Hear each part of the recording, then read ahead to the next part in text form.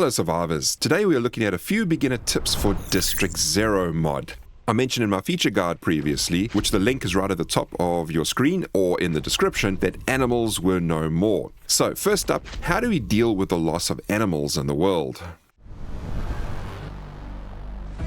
We have no meat, so a hydro-organic fabricator is required, just like a dew collector, but in this case it gives you 50 meat each day. Both the dew collector and the hydro-organic fabricator are 100 polymers each. So scrap those boxes, and the same for wheels. With wheels you can just pick them up and scrap them from within your backpack. I say this as the stone axe early on is a bit of a pain to use, so scrapping can be an annoyance. So you can just pick up the wheel and scrap them from your backpack. Fat is also something that you will miss. However, there are carcasses lying around. Hack those up for some fat, preferably with a knife and not an axe. Fat can also be bought from traders, but there is a fat recipe with meat and corn, and this should make your fat problems go away, unless you are on a diet. You will also not be harvesting any leather from animals, so make sure you hack up those chairs and couches and POIs. Some of them you can pick up and scrap from your backpack, or just pick them up and put them down later for scrapping when you have some time. So as long as you get out there and explore a few POIs, you should not really be missing animals at all. As you can see, by holding down the E key on many items, you can pick up anything from couches, toilets, storage containers, and lighting. This feature is a game changer in that it saves you time, is a source of money, and gives you a number of items that you don't have to craft. Storage containers such as reward loot storage can be removed and brought back to the base. Some of them hold more than you can actually build, so use them. You just can't name them like you can with writable storage. Cupboards and safes are also something that you can remove and use in your base. You want some early concrete? Well, you can pick up concrete bollards. 2,500 hit points each on day 1, so you can have plenty to play with in your base as they are just outside many POIs in the city. This means you can adopt some concrete on your first horde night if you wish to. Besides that, some 2,500 hit point concrete barriers on day 7 wouldn't hurt either, just pick them up. Picking up and selling can net you a tidy profit from day 1. As weight is not a problem, you can carry many items, and some of them are worth quite a lot than others. Now, I don't know if this is going to get a nerf, but aircons are gold. They are everywhere and currently are worth 90 dukes each. On your first day in 1 or 2 POIs, you can come away with quite a tidy sum. If you find a solar cell container, which is worth 400 dukes, well, that's not too shabby at all. Traffic cones, 60 dukes each. Wheelchairs, 266 dukes each. You could strip down Jen's place and sell them right back to her under her nose. However, some rebalancing may be done with some of these items. Thanks for letting me take care of you. And tell your friends. You can have all the lighting you need from grabbing lights and POIs, even spotlights. Some lights are very dim, so you can easily adjust them and increase their intensity and range. This feature is excellent as it gives you access to awesome lighting right from day 1. Now, all these types of lighting needs to be refueled, so if you have a torch, that requires fat for refueling. Electrical lights, money or dukes, and wood fires, well, that's wood. Here's a tip to not have to worry about paying for extra fuel. When placing a light, there is an RNG action going on, so you can pick up the light and place it a few times to play with the RNG gamble. You see how much fuel is left in this light. As I pick it up, then put it down again, it changes. You can do this with all lights, even when you are down to 1 fuel. As the fuel decreases very slowly, it can take a couple of days before having to change or recharge. Just remember, if the light does drop to 0 and run out of fuel, you will have to recharge it before you can pick it up. I can't believe we have to actually comment on water, but I guess that is the nature of Alpha 21 vanilla. In District 0, water has 0 problems. As Zil has added glass jars to the District 0 mod, acquiring jars is not difficult, so you're likely not going to need a dew collector. If you need more water, well, get that forge going as soon as you can, as there are glass jars which you can easily make with some clay and sand. With Alpha 21 Vanilla, I have suggested digging a hole, pouring water in with a bucket, and using that with your helmet's purification mod. However, in District 0, I wouldn't even waste my time with digging a hole. You find a water hydrant in the city, or a toilet, or a sink, pick them up, then dump them back in your base. You can just right-click with your jars and get some water that way. So, water should never be a problem in this mod. If it is, then you are not playing District 0. Make sure you get a wrench as fast as possible. You need electrical components for many of the advanced tech crafted items. You can pick up various items, then put them down again later when you have more time to salvage. TVs are an exception. Pick up TVs, then salvage in your backpack. However, once your salvaging speed increases and your salvaging skill, then you may not want to pick them up anymore and actually do the salvaging with your wrench. But in the early game, using your axe to salvage for electrical components can be a pain, so salvage from your backpack instead. Robots can also be salvaged. They are basic sources of iron, springs, electrical, and mechanical components. So don't feel too shy once you've killed them. Strip them down to what they are worth. You can plant your crops in farm plots, just like vanilla. The only difference is that when harvesting, you don't lose your seeds. So the seeds will remain in the ground once you have removed the crops.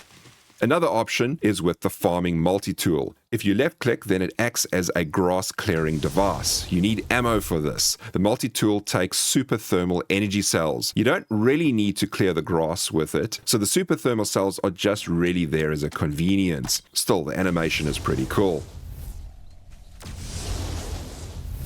Now, to add a seed to soil, you need to have fertile land, so you will right-click on the soil to turn it fertile. This does not require any ammo, so just right-click and you will have your fertile soil. Now, you can add your seeds without farm plots, so the use of the multi-tool and fertile land is an excellent alternative that Xylox has added to the mod. In District 0, traders are the place to be. Take those trader quests, not because the loot is brilliant, but churning out quests gets you the consistent experience, some jukes, and you can pick up items such as your first bicycle, and also get that wrench hopefully a bit more sooner. I would even go as far as getting the Daring Adventure with double rewards under the Neonaut class. I found I was able to pick up a lot of ammo, and by my second week I already had 150 steel ingots from rewards, which is very useful because getting that crucible can take forever to craft. Opening trade routes are fun. I really enjoyed getting the opening trade route quests, as heading to the next trader was always enjoyable. Especially someone like Trader Hugh, who has many crates with glue and other construction related essentials. All areas behind the traders are open, so don't forget to loot there as well. Bedrolls and claim blocks are welcome, so making a trader your base is no problem. Just remember the walls have been partially upgraded by Zil, but won't stand up that much to the robot bashing, so if you do plan to live in a trader, you may need to think about something for the trader walls. After steel, cobalt is your max level ore. However, it is only found in the wasteland. You can spot it by the blue ore on the surface, and on the map you will see small tiny blue rocks. Just remember, the wasteland is the domain of lots of bots and certainly mechs. As radiation is always climbing, especially in the wasteland, make sure you have your anti-rad pills always on hand. You will get pills from rewards, from loot, and also can be purchased from traders. And with a few magazines in your medical crafting, you will be able to craft them as well. So it is only in the early game when I was actually wondering about my radiation problems.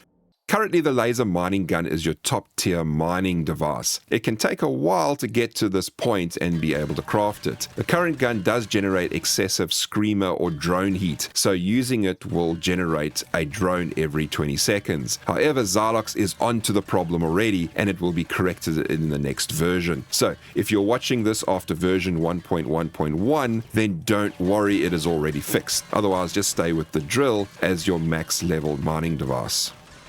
The Autominer does what it says. It is crafted and placed on the ground and automatically collects various ores over time. Currently, the biome does not appear to matter. You can place it on soil or snow, though it does not appear to work on pure sand. The animation goes through a cycle, first extending itself and drilling down. Then it retracts and stops. It is not finished, even though the pause can be quite long. Just wait and it will then continue after a while. Once it is done completely, you can collect your ore by clicking on it with the E key. In version 1.2, there will be a progress meter, and then you won't have to be guessing when it is completed. The Autominer can be a bit noisy, which is natural, so as a tip I would suggest you decide whether you want to keep it near your base or not. Its sound effect is of breaking stone, and it can be pretty nice, but also you could get confused with robots breaking your blocks. Picking up the Autominer can be done when it stops. Then you can hold E on it and you can then remove it. The yield is quite low, so you may want to have quite a few of these to make them worthwhile. You can also obtain your top tier cobalt ore as a rare resource from the Autominer. Right, let us give a quick overview of the tiers of weapons and how they fit in with the conventional weapons that you're used to from vanilla. There are 3 new technology tiers, each one higher than the other. They go from fusion, then plasma, and the highest tier is laser. Players may get the incorrect impression that the 3 new technology tiers are upgrades to all the other weapons. So they think that you go, for example, from the stone sledge to the iron sledge, then steel. After that, it then starts with the new tech, namely fusion, then plasma and laser. Simple, but incorrect. Xylox made a pretty good move to making them run more or less concurrently with their conventional tech counterpart. The conventional iron sledgehammer opens up at the same time as the fusion version. This means that you don't have to wait weeks into your playthrough before you can start playing with the new technology after steel. At times, your conventional weapons will be better than your new tech, so that you can alternate with these as well. So your new technology often runs adjacent to the old technology. So your fusion is better than iron, but your steel is better than fusion and usually better than plasma. Don't worry, I know it can be a little bit confusing, but as I said, Xylox has done this so that survivors get access to the new custom weapons faster. Robots are pretty slow when walking, which works well when killing them. However, compared to noisy zombies, the AI can be rather quiet and creep up on you when you least expect it. Xylox has added some additional sound effects in his most recent 1.1 update, so the robot world does have a few more sound effects these days. Currently, your entry-level robots and cyborgs don't have armor. Armor is first introduced with your juggernauts, so armor-piercing weapons and ammo do very well at taking them down. Still, they are slower to kill than your general zombies had been. Robots can hit back and surprise you with a quick hit at times, however, they don't have this ridiculous reach of hitting you halfway across the map, which is more of a frustration. So, great that Xylox has not included the horrible vanilla zombie reach into District 0.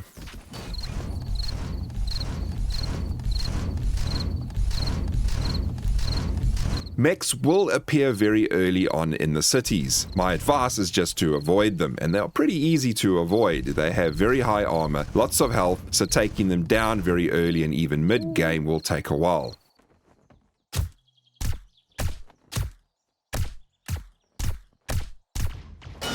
Hiding behind anything wood-related is a bad idea with mechs. They will annihilate and rip through wood.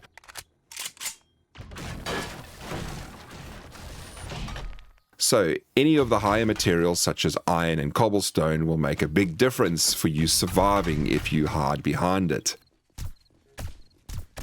My first horde base on day 7 and a few weeks later was just a traditional cobblestone step base progression to concrete. You can easily find options on YouTube for a better base, but for a long time this worked quite well. Xylox did remove crawlers from horde knights as they were getting stuck on the ground, so eventually you removed them from the horde knights and you will find that in version 1.1 they are not there anymore.